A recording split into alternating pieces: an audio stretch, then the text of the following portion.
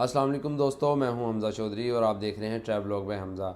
अगर आप 12,000 में किसी ऐसे कंट्री का वीज़ा लेना चाहते हैं जो कि ट्रैवल हिस्ट्री के लिए बहुत अच्छा है, टूरिज़म के हवाले से काफ़ी फ़ेमस है, उसके लिए आपको किसी भी तरह की अपॉइंटमेंट की भी ज़रूरत नहीं पड़ती, ना ही कोई आपको इन्विटेशन की ज़रूरत है, तो ये वीडियो आप मुकम्मल देखिएगा।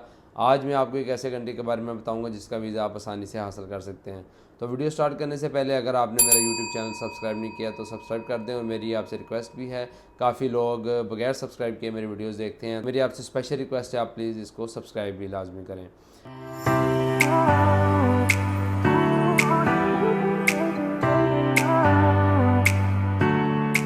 तो मैं बात कर रहा हूँ साउथ कोरिया की। साउथ कोरिया एक बहुत ही अच्छा कंट्री है, ट्रैवलिंग के हवाले से भी और टूरिज़म के हवाले से भी। साउथ कोरिया की सबसे अच्छी बात यह है कि एक तो इसके लिए आपको किसी भी तरह की अपॉइंटमेंट की ज़रूरत नहीं पड़ती, और ना ही आजकल इसके लिए इनविटेशन लेटर की ज़रूरत है। पहले आपको इनविटेशन लेटर मंगवाना पड़ता था साउथ कोरिया से, फिर आप वीज़ा अप्लाई कर सकते थे। और जस्ट इसकी जो एम्बेसी फ़ीस है वो भी जस्ट 12,000 रुपये है। 12,000 रुपये में आप अपना वीज़ा आसानी से अप्लाई कर सकते हैं। इसके अलावा जो है, अगर आपकी ट्रैवल हिस्ट्री नहीं भी है फिर भी आप इसका वीज़ा अप्लाई कर सकते हैं, लेकिन आपकी प्रोफाइल थोड़ी अच्छी होनी चाहिए। और अगर आपकी ट्रैवल हिस्ट्री है तो फिर तो इंशाल्लाह आपको वीज़ा लाजमी मिलेगा। और इसके अलावा मेरा एक मशवरा भी है, आप लोग लाजमी अपनी ट्रैवल हिस्ट्री लाजमी बनाएं, जो लोग अफोर्ड कर सकते हैं। स्पेशली ये जो Singapore, Thailand, Malaysia, Dubai, Vietnam, ये जो साइड है कंट्रीज़ की, इस साइड की आप वन गो में सारे कंट्रीज़ कर सकते हैं। टिकट भी आपको सस्ती पड़ जाती है। और अगर आप देखना चाहते हैं कि आप इन सब कंट्रीज़ का वीज़ा कैसे हासिल कर सकते हैं, तो मैं नीचे लिंक्स लगा दूंगा। इन सब कंट्रीज़ को मैंने कवर किया हुआ है, तो आप उन वीडियोस को देखकर अपना वीज़ा ख़ुद से अप्लाई कर सकते हैं। आपको किसी भी एजेंट के पास जाने की ज़रूरत नहीं होगी। इसके अलावा अगर हम इसकी रिक्वायरमेंट्स की बात करें तो रिक्वायरमेंट्स इसकी बेसिक्स ही हैं, कोई ऐसा कोई टफ़ रिक्वायरमेंट नहीं है इसकी। आप आसानी से अपने तमाम डॉक्यूमेंट्स पूरे करके इसका वीज़ा अप्लाई कर सकते हैं। सबसे पहले तो आपने इसका जो वीज़ा फ़ॉर्म है जिसको C39 कहते हैं, वो वीज़ा फ़ॉर्म फिल करना है। उसका मैं लिंक डिस्क्रिप्शन में लगा दूंगा, आप इसके एम्बेसी की वेबसाइट से जाकर डाउनलोड करके उसको फिल कर सकते हैं। और उसके बाद जो आपको डॉक्यूमेंट्स चाहिए, सबसे पहले आपको कवर लेटर चाहिए जिसमें आपने अपना जो सारा आपका टूर प्लान होगा उसको एक्सप्लेन करना है, आपकी डेट ऑफ ट्रैवल आपने उसमें मेंशन करनी है। ईच एंड एवरीथिंग जो भी आपका प्लान होगा उसमें आपने मेंशन करना है। इसके अलावा आपको बैंक स्टेटमेंट चाहिए होगी 6 मंथ्स की, जिसके अंदर कम से कम 2 मिलियन बैलेंस होना चाहिए। उसके अलावा आपको 2 ईयर्स का जो टैक्स रिटर्न है वो आपको चाहिए होगी। अगर आप बिज़नेस करते हैं तो आपको आपका एनटीएन सर्टिफिकेट चाहिए होगा, चैम्बर ऑफ कॉमर्स का सर्टिफिकेट चाहिए होगा। और अगर आप जॉब करते हैं तो आपको सॉरी और अगर आप जॉब करते हैं तो आपको 3 सैलरी स्लिप्स चाहिए होंगी, और इसके अलावा आपको जॉब लेटर चाहिए होगा। इसके अलावा जो डॉक्यूमेंट्स होते हैं उसके लिए आपको एक डमी एयर टिकट चाहिए होती है, और डमी होटल बुकिंग चाहिए होती है। किसी भी आप एप्लीकेशन से जाके कर सकते हैं।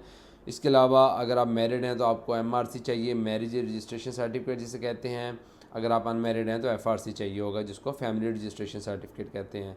इसके अलावा जो लास्ट डॉक्यूमेंट है, अगर आपकी कोई प्रीवियस ट्रैवल हिस्ट्री है, आपके पासपोर्ट पे स्टैम्प्स हैं, तो वो भी आप उसको प्रिंट करके साथ लगा सकते हैं। तो अभी हम बात कर लेते हैं कि आपने अप्लाई कैसे करना है। बहुत ही आसान तरीक़ाकार है अप्लाई करने का। ये वहाँ कंट्री है जिसका इतना स्मूथ और आसान तरीक़ाकार है, जिसके लिए आपको किसी भी तरह की अपॉइंटमेंट की ज़रूरत नहीं पड़ती। जस्ट आपने अपने डॉक्यूमेंट्स पूरे करके इस्लामाबाद एम्बेसी में चले जाना है। वहाँ पे डिप्लोमेटिक इनक्लेव में आप जाएंगे।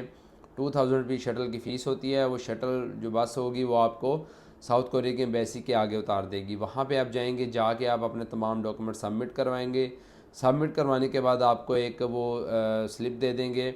उस जो स्लिप के थ्रू आप अपना जो एप्लीकेशन है उसको आप ट्रैक कर सकेंगे। इसका जो प्रोसेस टाइम है, प्रोसेस टाइम 2 से 3 वीक्स है। 2 से 3 वीक्स में आपको जो उसका डिसीजन आ जाता है, और फर्दर आप उसको अपने ऑनलाइन भी चेक कर सकते हैं वीज़ा स्टेटस को। जैसे ही आपका वीज़ा अप्रूव होगा, आपका वीज़ा स्टेटस भी ऑनलाइन अप्रूव पे चला जाएगा, और आप उसको आपको ईमेल भी आ जाएगा। आप उस वीज़ा को, क्योंकि इसका ई वीज़ा होता है, तो आपको ई वीज़े का जो लेटर होगा आप वहाँ से जाके वेबसाइट से जाके भी प्रिंट कर सकते हैं। उसके बाद जब आपको ईमेल आ जाएगी तो आप इसी तरह दोबारा जाएंगे इस्लामाबाद एम्बेसी में, और वहाँ से जाके आप अपना पासपोर्ट कलेक्ट कर लेंगे।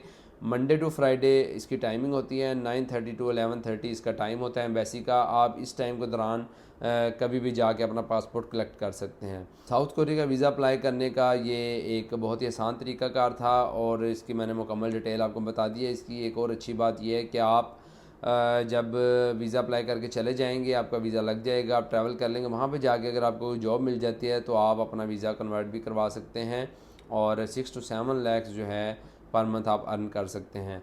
और ये अच्छा मौका होता है कि अगर आपको विजिट वीज़ा मिल जाए, आप वहाँ जाके जॉब सर्च करें और उसमें कन्वर्ट करवा लें या वापस आके आप उसको वर्क परमिट को अप्रूव करवा के चले जाएँ।